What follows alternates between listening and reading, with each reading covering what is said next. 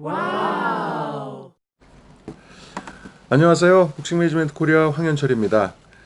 오늘은 펀치라인 복싱 토크 26회 1987년 2부에 대해서 얘기를 나눠보겠습니다. 지난 시간에 4월까지 얘기를 마쳤고요. 오늘은 5월부터 들어가 보도록 할 텐데요. 역시 그 WBC 국제심판위원이신 복싱 매니지먼트 코리아 임준배 국제이사님 자리하셨습니다. 네, 안녕하세요. 이성열 복싱의 이사님도 계십니다. 안녕하세요. 그리고 장원재 박사님도 같이 계속 계시고 있습니다. 네, 안녕하십니까. 자, 지금 5월로 넘어가면 5월 3일에 박종팔 선수가 그 7차 방어전을 갖게 됩니다. 상대는 86년 7월에 한 차례 맞부딪혀서 부상 무승부로 결론이 났었던 린델 홈즈 선수예요. 이 린델 홈즈전은 첫 번째 부상 무승부가 났을 때, 그 이제 부상 무승부 자체는 정당한 판정이죠. 그렇죠. 근데 그때 이제 재경기는 언제 할 거냐라고 그랬을 때 김은치 관장께서 복싱은 비즈니스다라는 한마디를 했거든요. 그래서 내부적으로도 린델 홈즈 선수에게 박종팔 선수가 좀 밀린다고 생각을 한 거다라는 생각을 했고, 피하고 싶은 상대가 여러 여겨졌겠죠. 네, 아무래도. 저는 이 경기도 박종팔 선수가 조금 밀린 경기가 아닌가, 개인적으로는 한 2점 정도 진 경기가 아닌가라고 생각하고 있습니다. 이때도 판정 끝나고 사실 말이 좀 많이 있었습니다. 근데 저 같은 경우는 예상보다는 오히려 박종팔 선수가 그래도 잘 싸워줬다. 그래서 어쨌든 판정이 아주 공정하다고 하기는 좀 그렇지만 홈링에서 챔피언이면 저 정도면 잘 싸워줬다. 이런 느낌으로 받았어요. 뭐 눈에 띄게 밀리거나 뭐 그러기 상태까지 빠지거나 이런 건 없었으니까요. 그렇죠. 네. 또 린델 홈즈를 라운드 11라운드, 12라운드 때는 몰아붙여서 네. 상당히 그러기에 빠뜨린 또 네. 장면도 있었고요. 박종발 선수도 이 경기를 앞두고는 연습을 정말 많이 하고 나왔다는 느낌을 받았습니다. 린델 홈즈 입장에서는 처음에 이제 부상 무판정 경기 같은 경우에는 당연히 본인이 이길 거라고 생각했는데 불운에 울었다는 느낌이었다면, 이 경기는 라운드를 거듭할수록 왜 이렇게 박종팔 선수의 그 저항이 강하지? 내가 강자 입장에서 왔는데 이건 뭘까 하고 당황하는 모습들을 코너맨들이 보였던 느낌이 납니다. 우리 이성렬 네. 이사님은 이 경기에 대해서 할 말이 많으실 것 같은데요. 아니, 예, 지금 이미 다 해주셔서 뭐 저는 짧게 말씀드리자면 박종팔 선수 1차전에서 그런 행운의 그 부상 판정으로 타이틀 무판정 시합으로 방어를 하고, 그 이제 대망의 2차전을 맞이했는데 박종팔 선수의 엄청난 연습량을 느꼈고, 린델 홈즈 선수도 본인의 자신감을 가지고 두 번째 내한에서 이번에는 타이틀을 가져가겠다는 그런 의지가 보였던 시합인데, 박종팔 선수가 아까 박사님께서 말씀하셨듯이 무승부거나 한 점 정도는 진 시합이 아닌가 하는데, 그래도 홈링이기 때문에 뭐 이 정도 그래도 그렇게 크게 문제됐던 점수 차이 같지는 않고요. 그러니까 이게 점수가, 저도 이제 외국에 나가서도 심판을 보고 국내에서도 많이 보지만 심판을 볼 때 느낌하고 관중으로 볼 때하고는 그건 완전히 다른 괴리가 얘기겠죠. 있어요. 그래서 이 정도면은 그냥 판정에 문제가 있더라도 이 정도면은 잘 싸웠다. 저는 이런 느낌이었어요. 하여간. 그리고 워낙 린델 홈즈의 그 이미지가 강했기 때문에 그런 선수한테 저 정도 해줬으면 그거는 방어 충분히 할 말이 있다. 이런 느낌이었어요. 탄력성에서 좀 차이가 났던 것 같은데, 그래도 무승부 정도 나왔던 게 가장 적절하지 않았을까라는 생각이. 린델 홈즈는 후에 세계 챔피언에 오르죠. 그렇죠. 네, 그래서 역시 호락호락한 상대는 아니었다는 게 후에 또 증명이 됐던 그런 선수였죠. 예. 그리고 보통 이제 박종팔 선수가 LA에서 15라운드 KO 승을 한 적도 있지만 되게 후반 라운드에 가면 스태미너가 급격히 떨어지는 모습을 보였었거든요. 그렇죠. 근데 이 경기는 연습량이 많아서 그런지 14회, 15회에서도 그렇게까지 예전처럼 이제 힘이 뚝뚝 떨어지는 모습은 보이지 않았고, 린델 홈즈 역시 마지막까지 체력전으로 맞붙었던 아름다운 피날레였습니다. 경기 내용은 정말 좋았던 것 같아요. 그때 그 박종팔 선수도 중량급에서 이런 아시아권에도 이런 선수가 있다라는 걸 어필하듯이 정말 린델 홈즈를 몰아붙일 때는 강력했는데, 근데 역시 그 경기를 풀어나가는 측면에서는 그 뭐 잽을 통한 그런 기본기에 있어서 그 서구권 선수들에게는 역시 동양권 선수들이 좀 한 수 아래일 수밖에 없는 것 같습니다. 그 근데 좀 전에 이제 임준배 위원님께서 말씀을 해주셨는데 관중으로서 보는 그 차이와 또 심판이 보는 차이는 다를 수밖에 없다. 그렇죠. 근데 그게 사실 프로스포츠라면 좀 좁혀져야 되지 않나 싶어요. 그런데 이제 관중으로 본다는 의미는 그 뭐랄까 라운드별로 이렇게 꼼꼼히 채점을 안 하고 보죠. 그러니까 시합을 전반적으로 볼 때 그 어떤 그 이미지와 시합이 끝났을 때 느낌 그거하고 실제 젖지의 그 스코어링하고는 차이가 날 수 있다. 뭐 그런 얘기죠. 예.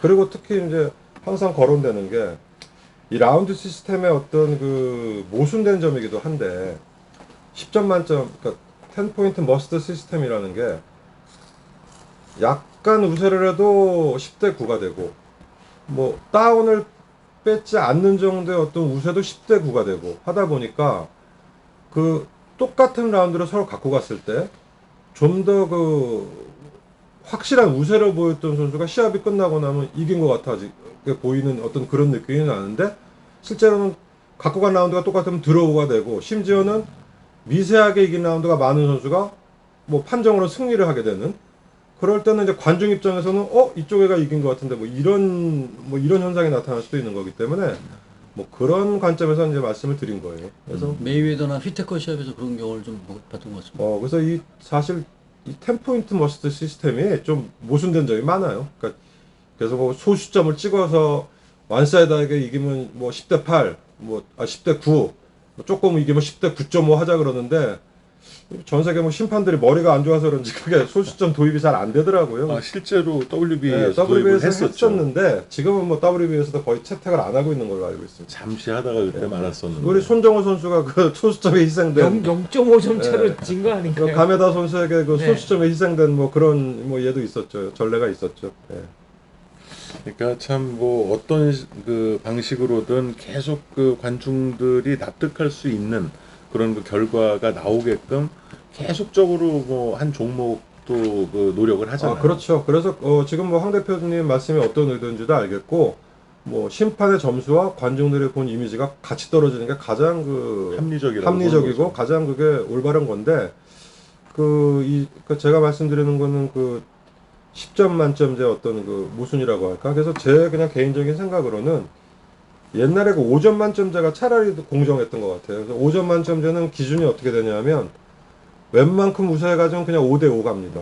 그리고 어느 정도 확실한 우세를 보여야 5대4. 그리고 다운을 시키면 5대3. 그러니까 이제 얘가 이겼는지 제가 이겼는지 모르는 경우에도 10포인트는 갈라지는데 그거는 그냥 5대5로 가버리니까 오히려 그 관중들의 느낌과 오히려 더 가까이 갈 수 있는 그런 뭐 시스템 같았는데 그걸 좀 더 세분화하자 그래서 이제 만들어진 게 10포인트인데 이게 어떻게 보면은 그 5점 만점제보다도 좀 불합리한 경우가 나올 수 있는 소지가 있더라고요. 이게. 그 5점 만점제 이전에 있었던 우세한 라운드를 가져가지고 그거는 이제 그건 이제 미국식인데 네. 라운드 바이 시스템인데 그 이긴 라운드를 갖고 갑니다. 네. 그리고 다운을 시키면 2개를 갖고 가요 라운드를.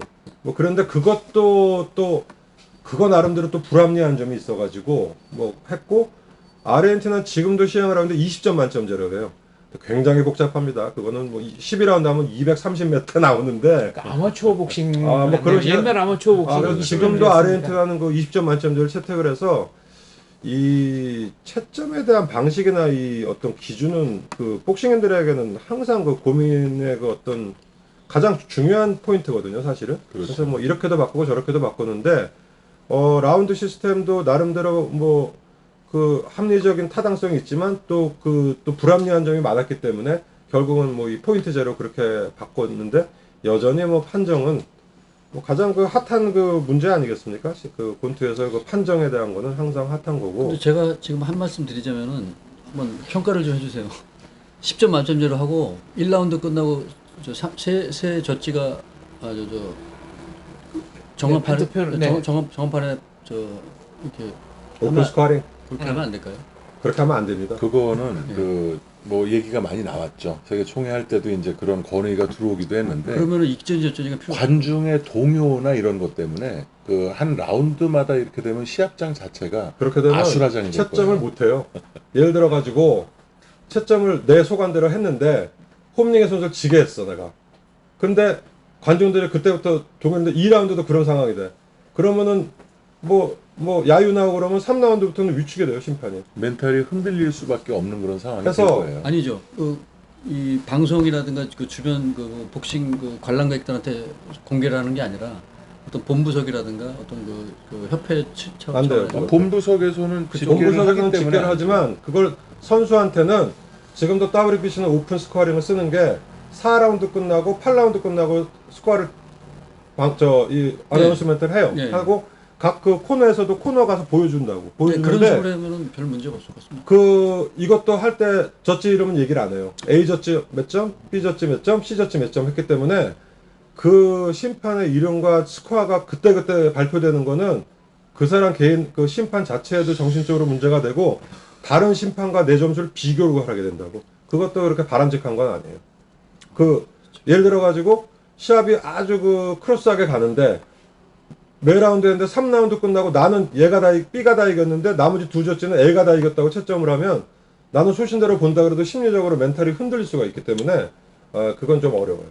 간혹 이제 시합이 끝나고 나면 물론 국내 경기지만 판정에 좀 불이익을 받았다고 생각하는 코너 측에서 와서 항의를 하면서 저지 페이퍼를 보여달라고 그럽니다.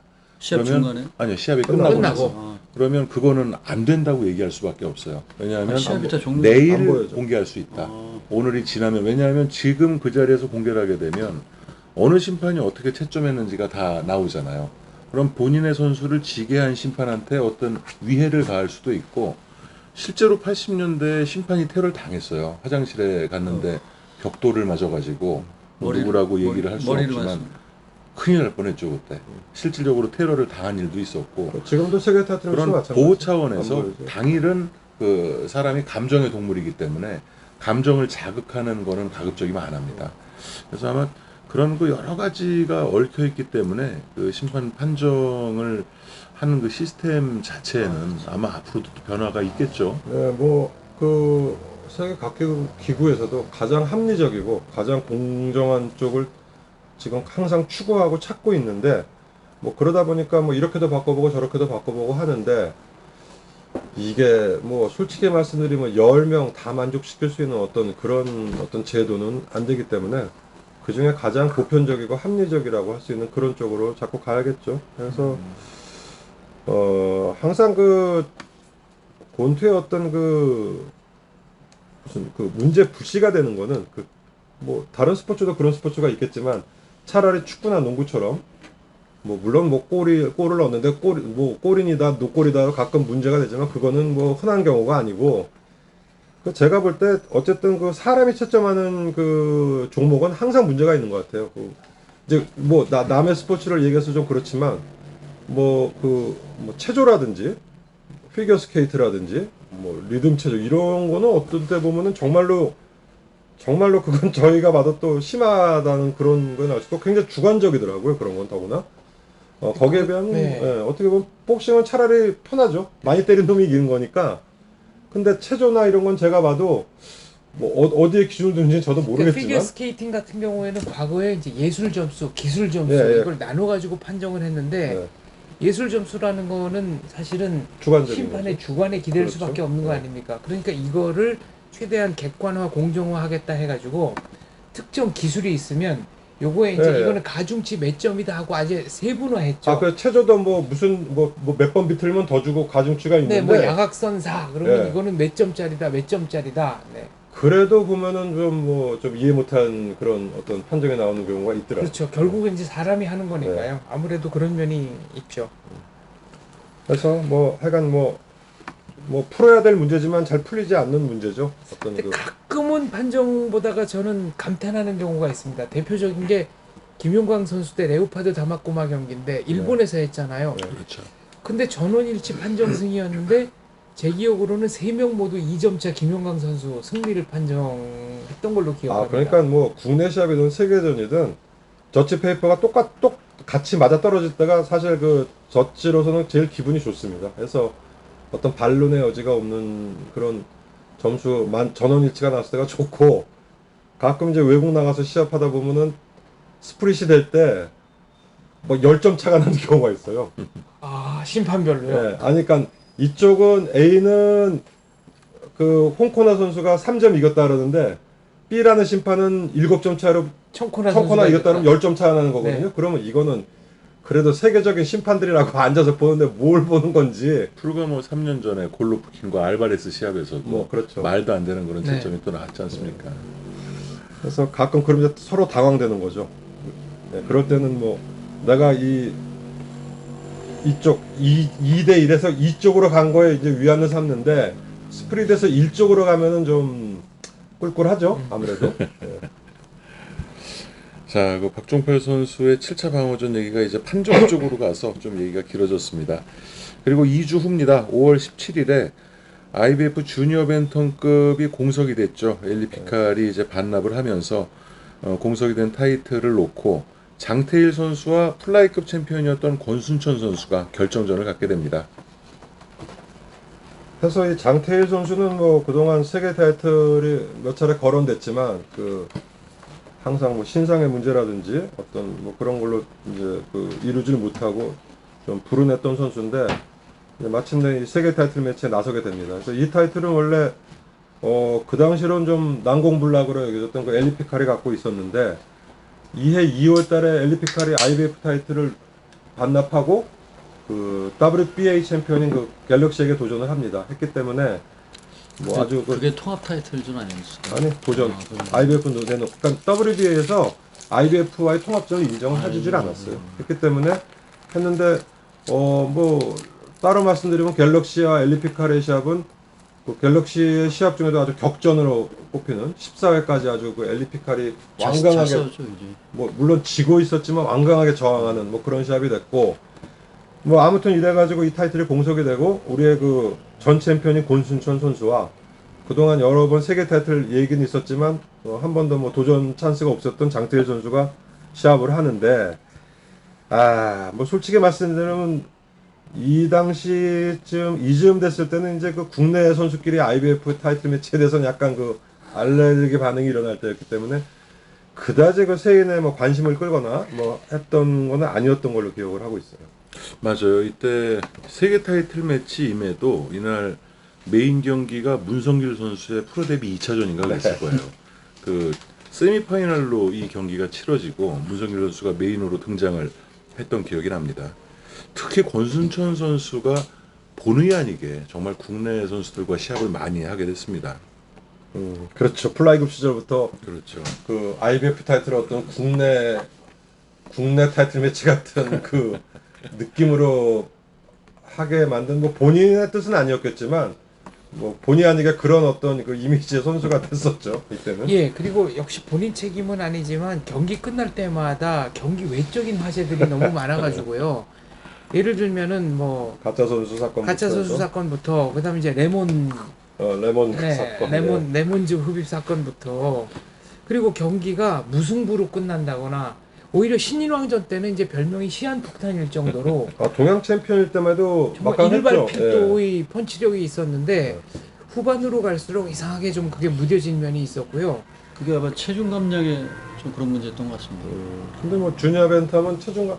그러니까 이때는 사실 뭐 권순철 선수가 이미 그 내리막길에 들어섰을 때라고 할 수 있겠죠. 이때는 이제 은퇴 상태였어요. 은퇴 상태였다가 이제 시합 때문에 다시 나오게 됐는데, 근데 권순천 선수는 감량에 대해서 고생한 적은 크게 없습니다. 근데 제 생각에는 주니어 반탐 때는 굉장한 좀 강력한 모습을 보였었는데 플라이급으로 오면서 조금 경기 내용이 좋지 않았던 시합들이 좀 있었던 것 같아서 저는 좀 그렇게 이제 그런 느낌이 있었어요.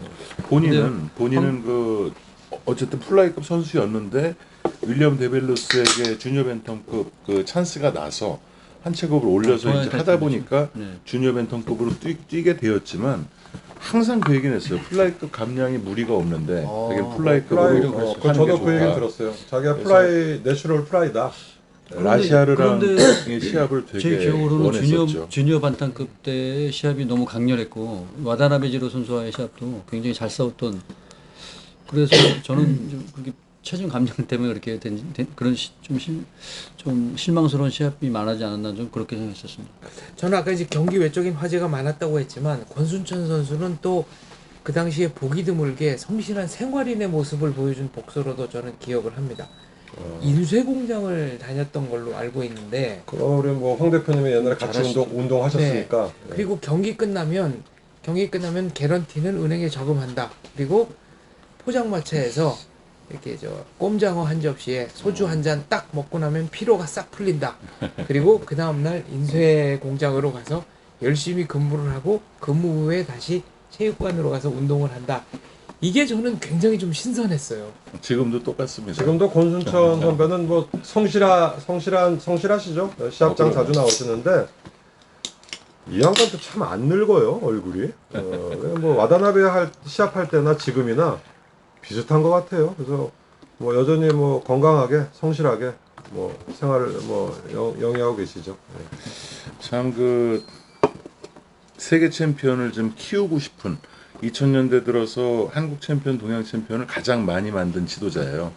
근데 세계 챔피언을 아직 못 만들었기 때문에 꼭 좀 만들고 싶다는 그런 그 희망을 지금까지도 간직하면서 이제 체육관을 운영을 하고 계신데 이 경기에서 장태일 선수가 세계 챔피언이 되면서 그 국내에 이제 유일하죠. 세계 챔피언 출신인 세계 챔피언을 키워낸 그 유재두 관장님의 제자이기 때문에 그런 또 첫 사례로 남은 그런 시합이기도 합니다. 근데 시합 내용은 사실 좀 지지부진했어요. 네, 그냥 뭐 사우스포끼리의 또 네. 대결이었고 좀 답답한 그런 그 측면이 있었습니다. 장태일 선수가 들어가지도 않고 그렇죠. 그렇다고 권순천 선수가 아주 공격적으로 나온 것도 아니고 네, 손에 땀이 안 나는 경기였습니다. 그래서 이 시합도 그 15라운드를 보면서 참 15라운드는 길구나 하는 느낌을 받았던 시합 중에 하나였어요. 그래서 옛날에 그 15라운드 시합은 정말 지루한 시합은 그거 어떻게 봤는지 모를 정도로 15라운드 시합이 참 길었는데 이 경기는 포인트 위주의 테크닉을 구사하는 아마추어 복서들이 3라운드만 하고 끝나지만 그거를 15회로 연장시켜 놓은 듯한 느낌이 들었습니다. 하여간 뭐 시합 자체는 별 감흥은 없었습니다. 그리고 이제 일주일 뒤에는 그 감흥이 완전히 그 반전을 일으키는 정말 대단한 시합이 벌어지게 됩니다. 5월 24일인데요. WBA 벤텀급 챔피언인 무구루마 다쿠야에게 랭킹 1위였죠. 지명도전자인 박찬영 선수가 드디어 오사카에서 세계 도전에 나서게 됩니다. 그 이 무구루마 선수는 이제 오사카의 스타였죠 그 당시에. 그렇죠. 그래서 이전에 이제 우리나라의 최영갑 선수와는 2연전을 벌려서 이제 한국에서의 시합은 이제 판정패를 당했지만 2차전은 일본에서 뭐 최영갑 선수를 아주 간단하게 KO로 물리치고 그 세계 타이틀에 아주 근접한 유망주로 평가를 받았던 선수고 일단 이 선수는 그 뭐 닉네임도 알 수 있지만 앤드리스 파이터예요. 그래서 무사라고 항상 그 무사 정신을 강조하고 뭐 이 시합 이후에도 이제 세계 타이틀을 여러 번 하지만 정말 그 한 시합 한 시합이 지지만 아주 그 끝장을 보는 뭐 그런 시합을 했기 때문에 굉장히 인기도 높았고 사실은 원래는 이제 그 베르날도 피난고가 세계 챔피언일 때 도전이 예정돼 있었는데 베르날도 피난고가 그 체중 문제로 타이틀을 반납함으로써 그 도전전이 갑자기 결정전으로 바뀌는 그래서 그런 행운이 따랐었죠. 그래서 상대가 그 까다로운 베르날도 피난고에서 아사엘 모란으로 바뀌면서 아주 타이틀 획득 가능성을 높게 평가받았고 실제 시합에서도 5라운드 KO로 간단하게 이제 세계 타이틀을 땄습니다. 따서 1차 방어전 상대로 이제 박찬영 선수를 골랐는데 뭐 일본 측에서는 박찬영 선수가 테크닉은 좋지만 뭐 주먹 KO율도 높지 않고 고른 게 아니라 지명도전자였죠. 지명도전이었나요? 결정전이었기 때문에 그렇구나. 지명도전자를 네. 한 겁니다. 그래서 뭐 일본에서는 낙승 분위기였어요. 시합 전에는 박찬영 선수에 대한 펀치력이 일단 없다. 예, 일단 KO율도 없고 근데 이제 이 박찬영 선수는 뭐 후에 바스켓과의 시합에서는 또 그 좀 험한 모습을 보이지만 그 의외로 굉장히 터프한 선수였어요. 박찬영 선수는. 그래서 카오사이 갤럭시 선수와 뭐 일전도 논타이틀이었지만 있고 카오사이 갤럭시가 자기가 가장 고전한 시합 중에 하나였다고 나중에 얘기할 만큼 어떤 터프니스도 갖고 있었고 그래서 시합 전 예상은 뭐 무구루마의 승리가 예상이 됐는데 그 지금도 일본에서는 이 시합에 대해서 무구르마가 그 3회 버팅을 아주 크게 당해서 다운을 당하죠. 그래서 이 그 버팅의 데미지가 계속 남아 있어서 그 어떤 시합 전체를 다 망가뜨렸다.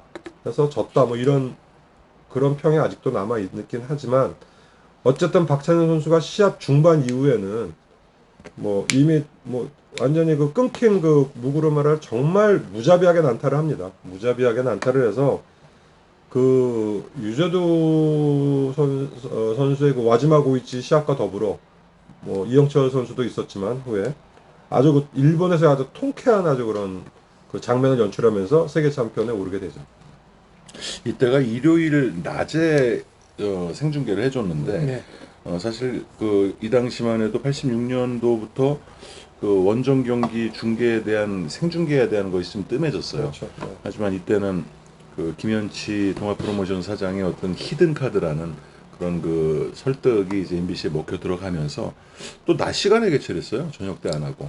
그래서 그때 5시 전이었던 걸로. 그렇죠. 기억하는데. 저녁은 아니었고. 네. 예. 오사카가 지금도 보면 시합을 좀 빨리 해요. 그렇죠. 예. 도쿄는 좀 늦게 하고 뭐 아시면 아시겠지만 70년대 우리나라 보면 장충체육관은 7시에 시합 개시, 부산 구덕체육관은 2시 시합 개시.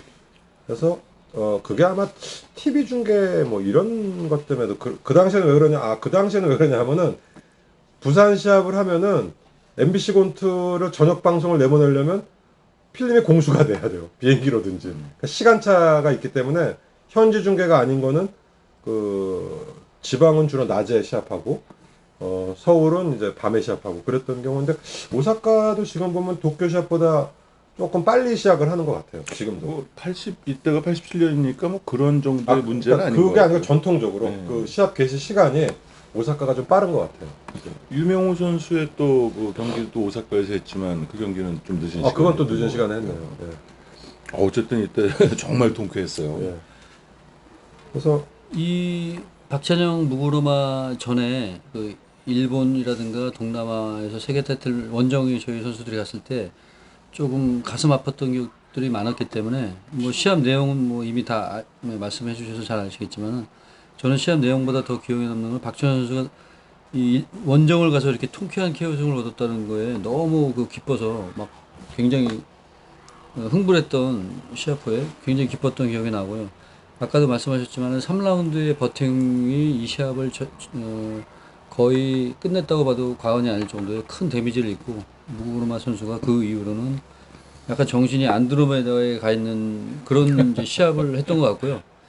그 좋은 찬스를 이제 박찬영 선수가 순발력이 좋은 그 박찬영 선수가 야금야금 먹고 들어가면서 서서히 조여 들어가면서 이제 11라운드에 마지막 마무리를 잘 져줘서 너무 기뻤던 그런 시합이었던 것 같습니다. 내 기억이 가물가물한데 박찬영 선수가 부상에서 피 많이 흘리지 않았었나요?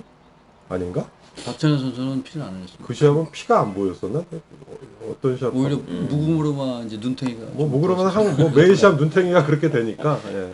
눈탱이라고 하니까 갑자기 웃음이 나네. 그래서 뭐 무구르마 선수 얘기 나왔으니까 얘기지만 후에 뭐 그 주니어 페다에서의 그 바스케스나와의 시합이나 또는 그 에스트라다의 시합은 정말 처절하게 그 어떤 일본 선수의 근성을 보여준다고 할까? 장렬하게 산화하는 네, 느낌이 장렬하게 정말 산화하고 바스케스 시합은 좀 아까웠죠. 그렇죠. 나중에 좀 아까운 면도 있었고. 그때 어떤 해설자 한 분이 이제 박찬희에 이어서 박찬영 선수가 세계 챔피언이 됐다. 나중에 박찬목 선수도 세계 도전을 하죠. 우린 그런 말장난 별로 안 좋아하니까. 아무튼 이 경우에는 11라운드에 거의 뭐 상대를 일방적으로 난타했던. 그냥 마음껏 네. 때리고 어떻게 보면 박찬영 선수가 펀치 파워가 없으니까 더 신나게 많이 때린 것 같아요. 뭐 중반 이후에는 거의 유린했다고 그러니까 뭐 중반 지나면서 완사이드하게 몰고 왔으니까 그 오죽하면 홈링에서 끊었겠습니까 시합을. 차라리 주먹이 좀 세서 그러니까 주먹이 세서 제가 좀 그 일찍 얘기해요. 끝냈으면 그냥 무너졌어요. 차라리 주먹이 세면 무너질 텐데 무너지지도 못하고 무너가 그냥 데미지를 덜 뭐 받았을 속절없이 맞는 그 장면이니까 우리는 좋았지만 뭐 일본 쪽에서 보기에는 참 처절하게 그 패배를 당하는 그런 시합이 됐죠. 어쨌든 이 경기로 인해서 이제 WBA, WBC 양대 기구 세계 챔피언이 3명이 됐습니다. 그러면서 다시 이제 복싱 붐이 좀 일어나는 그런 분위기가 형성이 됐고요. 그리고 6월 달로 이제 가게 되면 6월 7일입니다. 지난 3일절 날 1라운드 KO로 튜논을 제압하고 4차 방어에 성공했던 유명우 선수가 이제 베네딕토 무리오를 맞아서 5차 방어전을 갖게 되죠. 15라운드를 잊을 수가 없습니다. 일단 주심의 그 스톱 타이밍이 절묘했고요. 날아가는 마우스피스. 네, 마우스피스도 날라갔고 마지막에는 로프에 기대가지고 이렇게 춤을 추는 듯이 네. 이렇게 양 팔다리를 흔들면서 춤을 추는 듯이 휘청휘청거렸고 그때마다 이제 리드미컬한 펀치가 들어갔고 그렇죠. 막 앞으로 쓰러지기 직전에 주심이 달려들어서 이렇게 정확하게 끌어안으면서 경기를 스톱시켰던 그리고 최경량급에서 1라운드 KO에 이어서 최종 라운드 KO가 나오다니 그렇죠. 네, 그런 점도 굉장히 감탄스러웠고 저는 이 경기가 유명우 선수의 그 베스트 5, 탑 3 안에 들어가는 경기가 아닌가 하고 스스로는 좀 네, 생각합니다. 그렇죠. 강렬한 라스트 씬이었고 이 시합은 부산에서 했는데 이때 이게 사직 경기장이었죠? 그럴 겁니다.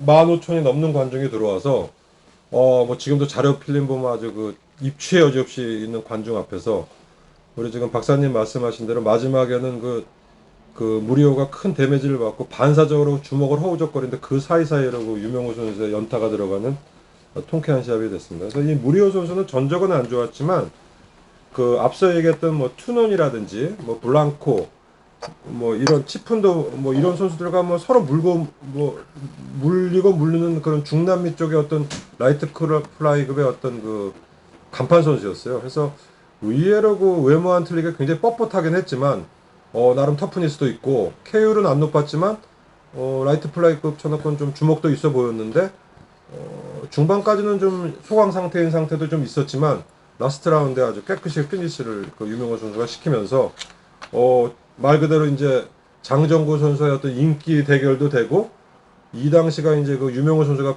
그 주먹에 불이 붙는 한참 뭐 그런 시기가 됐죠. 세계적으로도 세계 챔피언이 되기 전까지는 KO승이 거의 없다가 세계 챔피언이 되고 나서 KO승이 확 늘어난 경우는 꽤 드물지 않나요? 드물죠. 많이 드뭅니다.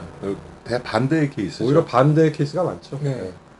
그 챔피언이 되면서 KO가 전혀 없어지는 메이웨더도 초창기 플로이드 메이웨더도 어떻게 보면 초창기보다는 후반에 거의 그렇게 되는 경우였고 김태식 선수도 어떻게 보면은 챔피언이 된 이후에 그렇죠. 네. 예. 김태희 선수도 KO가 없었네요. 되게 이제 대부분 그 초창기 때 많은 KO를 기록하는데 지난 시간에도 한번 얘기를 했던 것 같아요. 김지원 선수 경우도 데뷔한 10전까지는 그 동양 타이틀 따기 전까지는 KO가 거의 없었어요. 김지원 동양 선수가 챔피언 이제 되면서 그 후는 계속 KO승을 이제 거뒀던 그런 선수들인데 이 경기는 저는 좀 기억나는 게 그 낙승을 예상하는 분위기가 좀 많았었는데 그때 그 권투위원회에 계시던 그 김유창 그 링 아나운서 겸 그 당시 아마 권투위원회 어떤 직책을 맡고 계셨을 거예요. 고문 남았네. 그렇죠. 근데 그분이 예상을 하건대 이번은 좀 힘든 경기가 될 것이다. 좀 고전하지 않을까 예상이 된다라는 거를 읽고 그럴 수도 있을까라고 이제 생각을 하고 봤는데 실제로 중반까지는 경기를 시원하게 풀어가지는 못했거든요. 소강 상태로 그냥 계속 지나가는 경우가 많죠. 그렇죠. 그렇다고 뭐 유명호 선수가 챔피언이 고전을 한 것은 아니지만 소강 상태. 하지만 그렇게 시원하게 상대를 잡아내는 그런 모습은 보이지 못했는데 결국은 마지막 라운드에 좀 2주 전에 박찬영 선수에 이어서 참 정말 통쾌한 그런 승부가 2주 연속 벌어졌던 그런 타이틀 매치 같습니다. 아까 튜넌전에서 제가 말씀드렸는데 그 유명우 선수가 튜넌전에서 보여줬던 그 원투 훅에 대한 그 너무 기분 좋았던 그 장면이 뇌리에 계속 남아 있었는지 모르겠지만은 이 무리오 선수와의 시합 때부터 그런 것을 제가 지금 방금 황 대표님도 말씀하셨지만 시합이 안 풀리면서 계속 그 원투 스트레이트를 그 튜넌전에 날렸던 그런 원투 스트레이트를 자꾸 날려서 굉장히 고전까지는 아니지만 조금 유명우 선수답지 않은 좀 짧게 들어가는 평소에 그런 시합이 아닌 너무 롱펀치를 남발했던 그런 좀 답답한 시합이었는데 다행히 그 시합이 안 풀렸던 거에 대한 그런 분풀이를 이제 마지막 15라운드에 마지막 힘을 짜내서 유명우 선수가 샌드백 두들기든 두들기듯 두들겼는데 아까도 제가 말씀드렸듯이 그 무리오 선수가 앞으로 이렇게 쓰러졌잖아요. 그럴 때 주심이 잡아주지 않고 가만히 좀 놔뒀었으면 훨씬 더 통쾌한 잘못하면 죽습니다. 장면을 보게 되지 않았을까. 그런 게 조금 아쉽습니다. 레프리 수도까지 가는 그 과정이 굉장히 통쾌했는데 마우스 통쾌했는데 저 절묘했다고 생각해요. 그렇죠. 절묘했는 그리고 시점이. 그때 심판이 잡지만 않았으면 굉장한 그 환호가 더 장 박사님 말씀대로 그 레프리 스톱 타이밍이 아주 절묘하게 잘 맞아 떨어지는 아주 정말 그 아주 편하게 그 뭐 아주 제 타임에 들어가고 그리고 화면에 이렇게 담아내기 좋은 정말 장면이어서 네. 아마 그 경기 끝나고도 계속적으로 그 시그널이 사용이 됐을 지금도 거예요. 뭐 시그널이나 어떤 하이라이트에 뭐 자주 등장하는 그 씬이기 때문에 우리 이성렬 이사님은 참 권투 보는 게 좀 남하고는 틀린 데가 있는 것 같아가지고 뭐 독특한 강렬한 시각은 장면을 있는데, 원하시는 거죠. 저 그러니까 되게 굉장히 그 좀 유순하고 하신 그 성격인데 잔인한 면이 있는데 예, 그런 부분이 좀 있는 것 같습니다. 복싱에 관해서는 좀 잔인합니다. 저는 이 경기를 조금 이제 과장해서 말하자면 민족적 컴플렉스를 극복한 뭐 경기라고도 보는데 장 박사님도 좀 독특한 데가 있네요. 우리는 어느 부분에서 저는 어려서 한국 선수들은 왜 70년대만 해도 이제 외국 선수들에 비해서 성장 과정에서 영양 공급이 그렇게 뭐 풍부하지 않았기 때문에 항상 후반 라운드로 가면 밀린다. 그게 컴플렉스였거든요. 그래서 김초로 선수가 윌리 젠슨 13회 KO로 이기고 김환진 선수가 페드로 플로레스 잡았을 때 이게 일주일 차인가 뭐 경기가 그렇게 차이가 안 나죠? 7월 12일, 7월 29일인가 그렇죠. 그래가지고 7월 19일, 7월 29일, 7월 29일 열흘 차이에요. 그래갖고 오죽하면은 이때 저기 고우영 화백이 일간 스포츠에 연재하던 그 삼국지에 조조가 나도 13회에 밀어붙여야지라는 대사를 할 정도로 이게 이제 강렬했는데 이제 유명우 선수한테 와서 15라운드 KO로 이기니까 이제 그런 것들은 더 이상 컴플렉스도 아니고 얼마든지 한국 선수들도 후반 라운드에 체력전으로 외국 선수들을 제압할 수 있다. 이런 거를 보여줬다는 면에서는 굉장히 좀 인상 깊었고 뿌듯했습니다. 뭐 맞습니다. 그리고 아무튼 내가 이때 유명호 선수의 인기가 아주 하늘을 찔렀고 뭐 그래서인지 몰라도 장정구 선수도 뭐 그 다음 방어전에서 또 분발을 했는지 아주 또뭐 나중에 나오겠지만 좋은 또 시합 내용을 보여주죠. 그렇죠. 이제 3주 후가 장정구 선수의 13차 방어전이고 네. 그 전에 일주일 후입니다. 6월 14일에 이경현 선수가 일본의 가와카미 마사하루와 그 IBF 미니플라이급 초대 챔피언 결정전을 갖게 되는데 네. 이 미니플라이급이라는 체급을 그 세계 기구 중에서 IBF가 가장 네. 처음 자, 만들었어요. 이제 미니 플라이, 그러니까 지금은 미니멈으로 불리고 뭐 스트로도 불렸지만 미니 플라이였죠. 그래서 그 당시에 WBO는 아직 그 창설이 안 됐을 때고 이 미니멈급 타이틀은 IBF가 지금 우리 황 대표님 말씀하신 대로 가장 먼저 초대 챔피언 결정전을 했고 WBC는 10월이죠. 이오카 선수가 이제 태국 선수와 결정전을 한 게 이제 초대 챔피언 결정전이었고 WBA는 내년 88년 1월에 김봉준 선수가 그 레오 가메스와의 시합이 이제 초대 챔피언 결정전이라 어쨌든 그 미니멈이라는 또 새로운 체급이 만들어졌는데 내 저번에도 한번 말씀드린 적이 있는데 이 미니멈급의 어떤 그 이게 꼭 있어야만 했었던 그 체급인가에 대한 거는 지금도 좀 의문이 남습니다. 어쨌든 뭐 그 당시에는 또 새로운 세계 타이틀 벨트가 하나 오는구나 하는 그런 시합이었고 이경현 선수는 뭐 그 당시에도 굉장히 유망주로 꼽혔고 잘하는 선수였어요. 근데 그렇죠. 문제는 이 상대가 전혀 그 IBF가 창설되면서 계속 언급이 됐던 게 뭐 이때도 아직 그 JBC 일본은 IBF를 인정을 안 했던 때이기 때문에 오사카 일부에 뭐 아마추어를 하다가 은퇴한 선수 뭐 운동을 하다가 말다가 하는 선수 막 이리저리 끌어들여서 어떤 IBF 매치가 있으면 보내던 시절이기 때문에 이 선수는 전혀 검증이 안 된 선수였어요. 뭐 일본 내에서의 활동도 거의 뭐그 자료가 없고 했던 선수라 뭐 시합 전부터 어떤 승패는 일단 뭐 차치하고 이 초대 챔피언의 어떤 그 영광 뭐 그런 쪽에 포커스가 맞춰졌던 그런 시합이었고 막상 시합에서도 그냥 원사이드하게 2회 KO로 아주 간단한 승리를 거두고 초대 챔피언에 오르죠. 가와카미 마사오루 선수의 레벨 자체가 국내 하위 랭커 정도밖에 안 됐었어요. 국내 상위 랭커급도 안 되는 그런 정도여서 한참 이때 이경현 선수가 그 물 만난 고기처럼 실력이 급상승할 때였기 때문에 전혀 상대가 되지 않았던 그런 시합이 되고 말았습니다.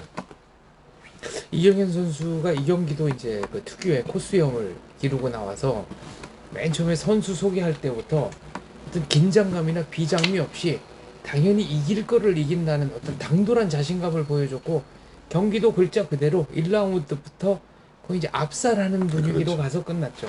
사실 이경현 선수도 그렇고 그 비즈니스 하는 그 쪽도 그렇고 IBF는 그냥 거쳐가는 과정이고 이제 이미 그 WBA나 WBC 쪽에서 그 미니멈을 창설한다는 걸 알고 있었기 때문에 그쪽을 타겟으로 하고 있었던 것 같아요. 그래서 방어전은 염두에 두지 않고 이제 88년이죠. 곧 그 네, 이호카 바로 선수에게 이호카의 이제 도전하게 WBC 때 되죠. 도전하게 되죠. 네.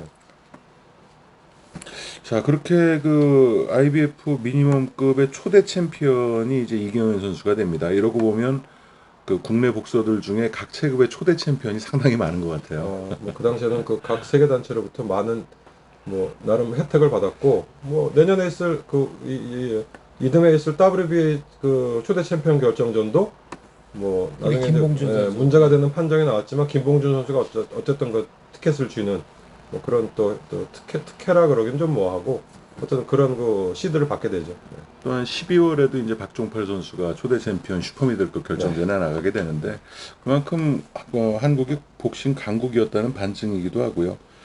그리고 6월 28일입니다. 경기를 계속 인천에서 많이 하고 있는데 장정구 챔피언이 어거스틴 가리시아를 상대로 드디어 그 90겐요코와 동급인 그 13차 방어전을 갖게 됩니다. 그래서 이 시합은 지금까지도 뭐 그 어떤 역사적으로 의미로도 당시로는 최다 방어 기록이고 또 이 클래스의 최다 방어 기록이고 했기 때문에 굉장히 그 역사적으로 의미가 있는 시합이었고 이 상대였던 어거스틴 가르시아는 그 전 상대였던 핀토보다는 훨씬 수준이 높은 그 뭐 패도 많지만 중남미 그 본토에서 그 자꾸 얘기 나오는 그 어떤 그 당시에 그 라이트 플라이급을 그 많이 활동을 하던 그 중남미 선수들까지 여러 번 그 시합을 섞었던 그런 아주 그 노련한 선수였죠. 하지만 뭐 장정구 선수가 그 지난달에 유명우 선수의 시합을 보고 그 자극을 받아서인지 이 시합도 초반에는 약간 그 뭐랄까 전초전 뭐 탐색전 같이 가다가 경기 중반 들어서면서 그 특유의 그 아주 그 정말 그 뭐 그 종잡을 수 없는 이제 공격을 보이면서 7회 첫 다운을 빼앗고 8라운드에 또 연속 2번 다운을 빼앗고 뭐 그 이유는 이제 시합이 언제 끝날 건가에 이제 관심이 모아졌다가 결국 이제 10회 네 번째 다운을 빼앗으면서 연속 KO승으로 이제 방어를 하게 되면서 뭐 아울렛 그 90겐요코와의 그 타이 기록을 타이 기록이죠? 그렇죠. 13차 타이 기록을 하게 되는데 이 시합도 인천 선인체육관에서 거의 2만 관중이 들어왔던 것 같아요. 그래서 상당히 그 그림이 좋았던 그런 시대였어요. 그런 시대였죠. 네.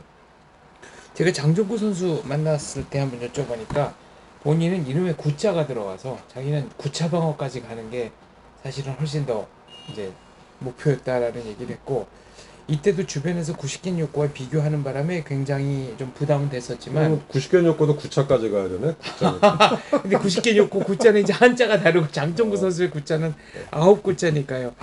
근데 조크에 그렇게까지 어렵게 나오면 죄송합니다. 어려운데? 네. 근데 이거는 또 약간 경기 외적으로 조금 그 논란까지는 아니지만 이제 그 다음 날 6.29 선언이 나오잖아요. 그렇죠. 이때 거리 시위가 굉장히 거세서 그렇죠. 네.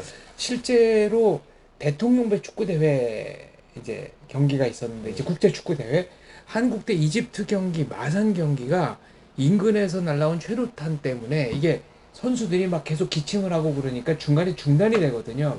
그래서 이 경기도 과연 시위 때 최루탄이 터지면 이게 체육관 안으로 들어올 수도 있지 않나.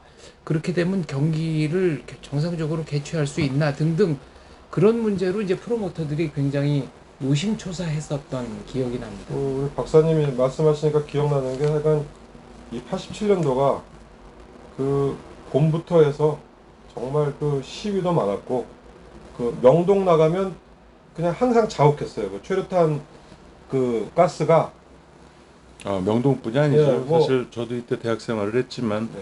모든 학교 앞이 다 그랬고 특히 87년도에는 그 2월 달에 이제 박종철 그 공군치사 네. 사건, 또 6.29, 또 6.1, 뭐, 60, 뭐 이런 그 데모로 얼룩지던 그런 시절이었고, 그게 이제 좋은 결과로 가서 다행인데, 정말 그 시대는 살아보지 않은 사람들은 모를 겁니다. 지하철 안에 그 최루탄 냄새, 그런 것들을.